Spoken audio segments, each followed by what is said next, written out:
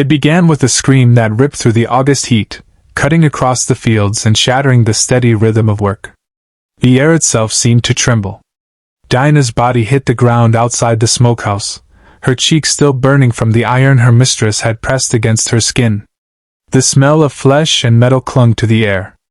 The mark wasn't for theft or rebellion. It was for striking back. She had done what no enslaved woman was meant to do, raise her hand in defiance. They said she picked up a knife. They said she meant to kill. But those who whispered in the cabins that night knew the truth. Dinah had endured too many nights of pain, too many mornings of silence. That morning, when her mistress raised her hand one more time, something inside her broke, and something else, something long buried, finally rose. They dragged her bleeding through the yard as the overseer shouted for the men to tie her down. Even the wind seemed to hold its breath. Somewhere in the distance, a whip cracked, and the cotton pickers kept their heads down, praying not to be seen. The world had rules, and Dinah had broken the most sacred one. She had fought back. By dusk, word spread across the plantation that there would be a trial. Not a whipping, not a hanging in the fields like before, but a real trial in town, before a judge. For some, that sounded like mercy. For others it sounded worse. Because in that kind of trial, there was no justice, only spectacle. Dinah was locked in a shed that night, wrists bound, eyes swollen. Through the cracks in the wood, she could see fireflies rising above the grass. She thought of her children, 2 boys sold years apart, and wondered if they were still alive. Her whisper broke the silence. "I just didn't want to die." The moon was her only witness. When morning came, the wagon waited. The driver wouldn't look at her. They wrapped her in chains, the clinking echoing with every step. As they rode toward Nashville, the road was lined with dust and crows. The courthouse loomed like a church built for judgment, not salvation. White men filled the steps, their faces slick with heat and curiosity. They had come to see the woman who dared. Inside, the courtroom buzzed with whispers. Women in fine dresses clutched their fans tighter. Men leaned forward, their boots creaking. Dinah stood at the front, her dress torn, her wrists bruised.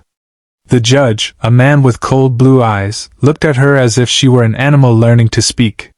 "Do you understand your crime?" he asked. Dinah lifted her head. Her voice trembled, not from fear, but from something deeper, tiredness. "I was only trying to live." The room fell silent. No law in Tennessee allowed a slave to defend herself. Her words were not meant for such a place. The lawyer assigned to her, a nervous young man with shaking hands, tried to argue that it was self-defense. The prosecutor laughed, calling it blasphemy. To them, Dinah was not a woman. She was property that had forgotten its place. Yet for a fleeting moment, even the judge seemed unsure. That sentence, "I was only trying to live," hung in the air like smoke that refused to fade. They called witnesses. The mistress, wrapped in bandages, swore that Dinah had gone mad. She said the devil had filled her with rage. The overseer said he saw murder in her eyes. None of them mentioned the years of cruelty, the nights she was dragged from her bed, the scars on her back. The jury didn't need details. They needed an example. And so they made one. The verdict came quickly: death. A simple word that carried centuries of silence behind it. Dinah did not cry. She only nodded, as if she'd known all along how this would end. That night, in the cell below the courthouse, Dinah sat on the floor, her back against the stone. She listened to the crickets outside, their song strangely soft, almost kind. She thought of the river beyond the fields, the one she used to stare at when she dreamed of running north. She imagined what freedom might sound like, the laughter of her children, the rustle of trees untouched by fear. Her eyes closed, and for a moment she was there. Then the guard's footsteps echoed down the hall, and the dream dissolved. By dawn, the town was awake. The trial had become the talk of every porch and parlor. Some called her a monster. Others said she was brave. But no one forgot her name. The newspapers printed her story under bold letters: "Slave woman condemned for attempted murder." Ministers preached about sin and obedience. But the enslaved, in hushed tones, whispered something else. She stood up. In the fields, the words passed from mouth to mouth, dangerous as fire. When the day of her execution came, the air was heavy with dust. The townspeople gathered near the edge of the field where the old oak stood, its branches like arms reaching for the sky. Dinah was led out, her steps steady. The rope swung in the breeze. The preacher read his lines, voice flat, but Dinah wasn't listening.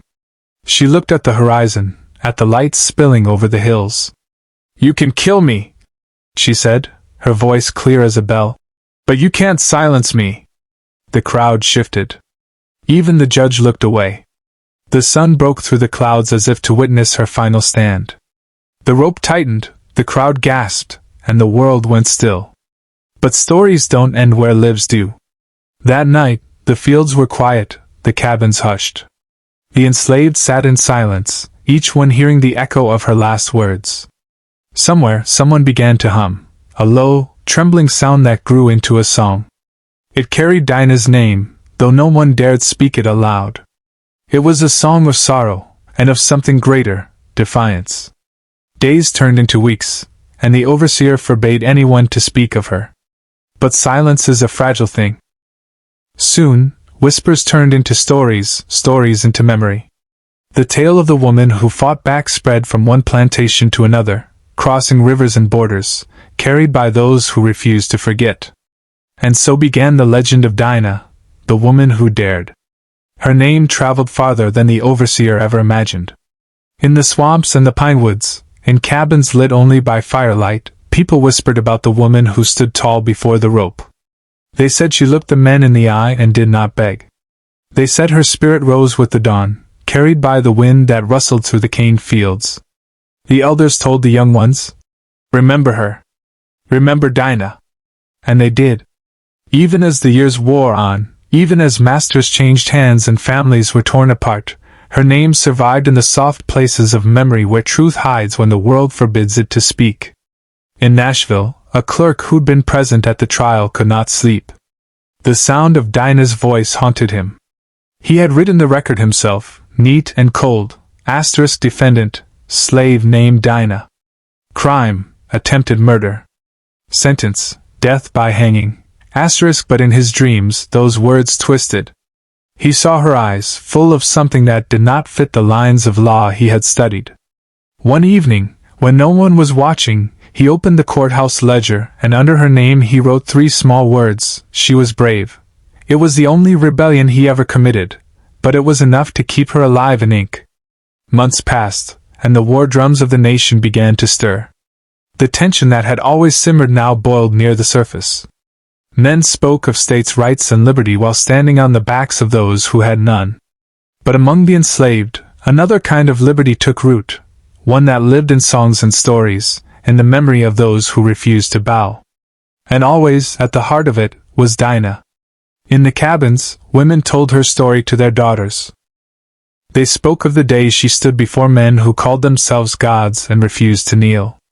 She looked death in the eye, they said, and made it blink. Children listened wide-eyed, their small hands clutching their mother's arms. To them, Dinah wasn't just a woman, she was proof that courage could live even in the darkest soil. Somewhere far away, a runaway named Joseph heard her story from a preacher traveling north. He had escaped through the woods of Kentucky, guided by the stars and the whispers of others who had fled before him. When he heard Dinah's name, he stopped walking. He said, "If she could stand, I can keep going." And he did. Each step he took northward carried the weight of her defiance. Back in Tennessee, years after her death, the plantation changed owners. The new master, a man from Virginia, didn't know her story at first. But the fields carried memory, and one day he noticed the workers' song. The rhythm was slow, mournful, and yet strangely proud. He caught a fragment of the words, Dinah's cry, Dinah's fight, still burning through the night. He ordered them to stop singing, but by the next morning, the melody had spread. The sound of that forbidden song moved like wine through the valley. No chain, no whip, no threat could keep it still. The legend of Dinah grew until it reached those who had never seen her face. Some said she had killed her mistress outright and vanished into the woods. Some said she had been rescued by angels before the rope could tighten.